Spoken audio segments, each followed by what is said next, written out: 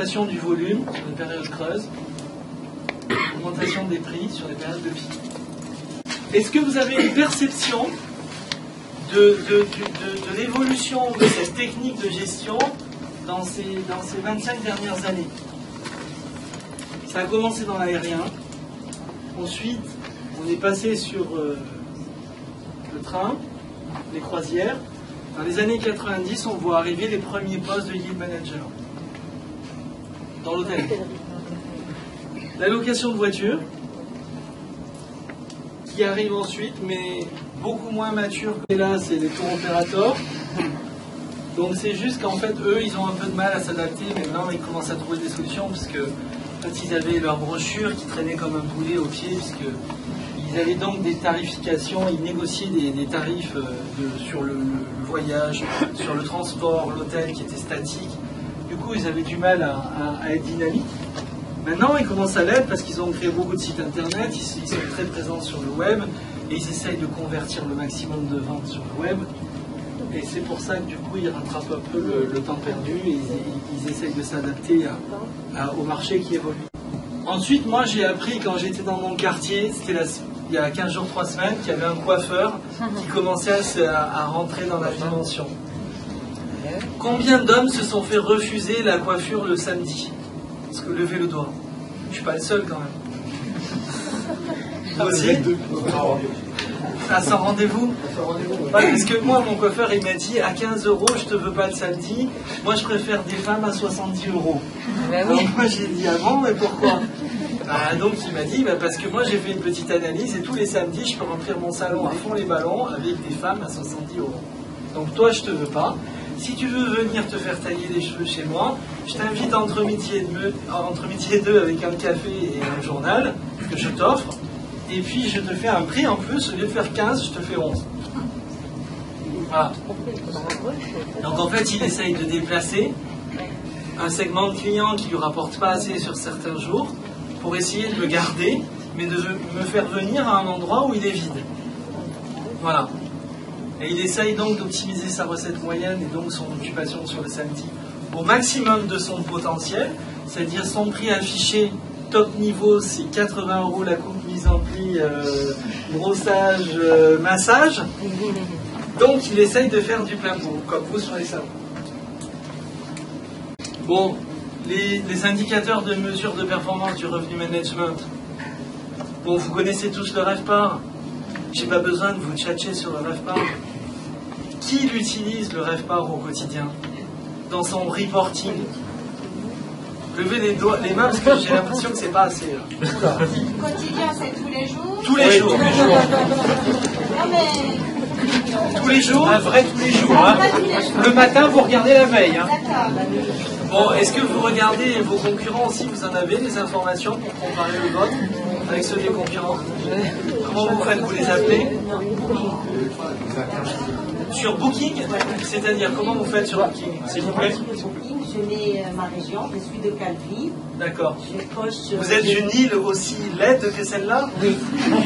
D'accord. Et donc je coche, je suis pas sûre, je n'ai pas de date précise.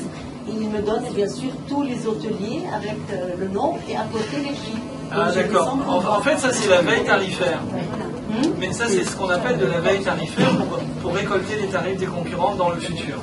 Je suis un 4 étoiles, donc je ne dois pas être en dessous des 3 étoiles. D'accord. Donc je regarde, moi je mets mon tarif, mais après, juste une fois que j'ai saisi, je dois retourner sur le site pour contrôler que je sois... D'accord. Mais vous ne collectez pas le taux d'occupation et le prix moyen des hôteliers de la veille, de ce qu'ils ont réalisé comme si performance? Je le vois par Booking aussi. Vous le voyez? La dame le voit par Booking. C'est marqué, il reste une chambre, il reste 3 chambres. Bon, oui, maintenant, oui, c'est triche, mon livre. Mais les performances de l'hôtel, si vous ne l'appelez pas, vous ne pouvez pas l'avoir. Savoir à quel taux d'occupation et quel prix moyen il a terminé la veille. Donc vous pouvez le faire. Bon, qui compare son RevPAR avec les autres? Qui achète des rapports pour ça? Vous achetez quel rapport? MKG. D'accord. Il n'y a que la dame qui fait MKG, Fabrice derrière. C'est tout? Travelfish, je ne sais pas s'ils produisent pas le temps, ça. STR, Ah oui, mais ça, non, c'est pas pareil. Donc, STR, personne n'analyse, personne n'achète STR. Smith Travel Research, non? Ok, donc ça veut dire que vous vous comparez peu en termes de performance, taux d'occupation, prix moyen avec les concurrents. Vous êtes peu à regarder votre rêve par journalier. Si, mais pas au quotidien. Mais pas au quotidien. mensuel. En mensuel. En mensuel. Pour les stats, mensuel. Autre indicateur de mesure de performance. Alors, RevPAR, bien sûr, hein, vous avez la définition, tout le monde le connaît. C'est la combinaison du taux d'occupation et du prix moyen, hein, qui donne donc le revenu par chambre louable. Le yield pourcentage, vous savez, cette espèce d'indicateur un peu farfelu, à quoi ça peut correspondre ou pas? Par rapport au revenu maximum, théorique, si on avait tout vendu au RAC. Exactement. Exactement. C'est-à-dire que vous faites votre chiffre d'affaires maximum. On va prendre un exemple. Par exemple, vous, monsieur, vous avez un hôtel de combien de chambres? 40 chambres 30. Et dans vos 30 chambres, vous avez combien de catégories de chambres? 4. Et donc, sur la première catégorie, il y en a 6. D'accord. Donc, en fait, on multiplie le tarif maximum que vous êtes susceptible de vendre dans votre grille tarifaire fois le nombre de chambres dans la catégorie. On obtient le chiffre d'affaires maximum journalier que votre hôtel peut générer. Ça donne donc le chiffre d'affaires potentiel si vous vendez tout l'hôtel au prix maximum. Et ensuite, vous faites une division du chiffre d'affaires que vous avez réellement généré par ce chiffre d'affaires potentiel. Ça va vous donner une proportion. Donc, un pourcentage, ça vous donne un pourcentage en fait de votre efficacité que vous êtes capable de générer par votre politique tarifaire et votre politique commerciale. Ce dernier ratio, le RAC Efficiency, a un double intérêt. C'est-à-dire que quand vous avez un ratio qui est trop faible, on prenait un exemple, on avait un chiffre d'affaires de 3 000 euros hier à 100 euros de prix moyen, alors que le RAC Efficiency était à 193. Finalement, l'hôtelier a que 52% de RAC Efficiency. Et en fait, ça a une double conséquence. Ou bien il discompte trop ses tarifs, ou bien son RAC est trop élevé, et finalement, il ne lui sert à rien, parce qu'il n'arrive jamais à le vendre. Ça sert à faire des discounts, mais ça veut dire que du coup, on discount trop. Ça veut dire que le positionnement n'est pas bon.